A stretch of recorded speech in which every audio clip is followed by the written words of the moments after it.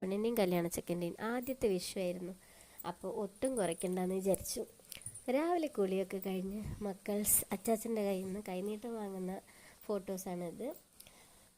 കൈനീട്ടം വാങ്ങുക എന്നൊക്കെ പറഞ്ഞിട്ട് രസമുള്ള കാര്യമല്ലേ അല്ലേ? അതൊക്കെ ഒരു ഓർമ്മ. മാമൻ്റെ വക എല്ലാവർക്കും കൈനീട്ടമൊക്കെ കിട്ടി ഇത്തവണ.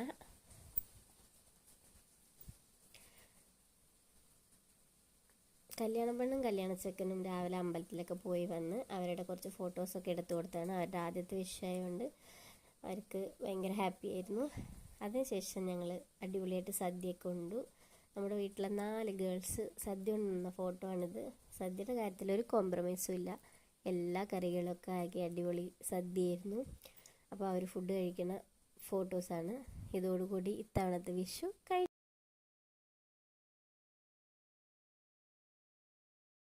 കഴിഞ്ഞിരിക്കുന്നു. അപ്പം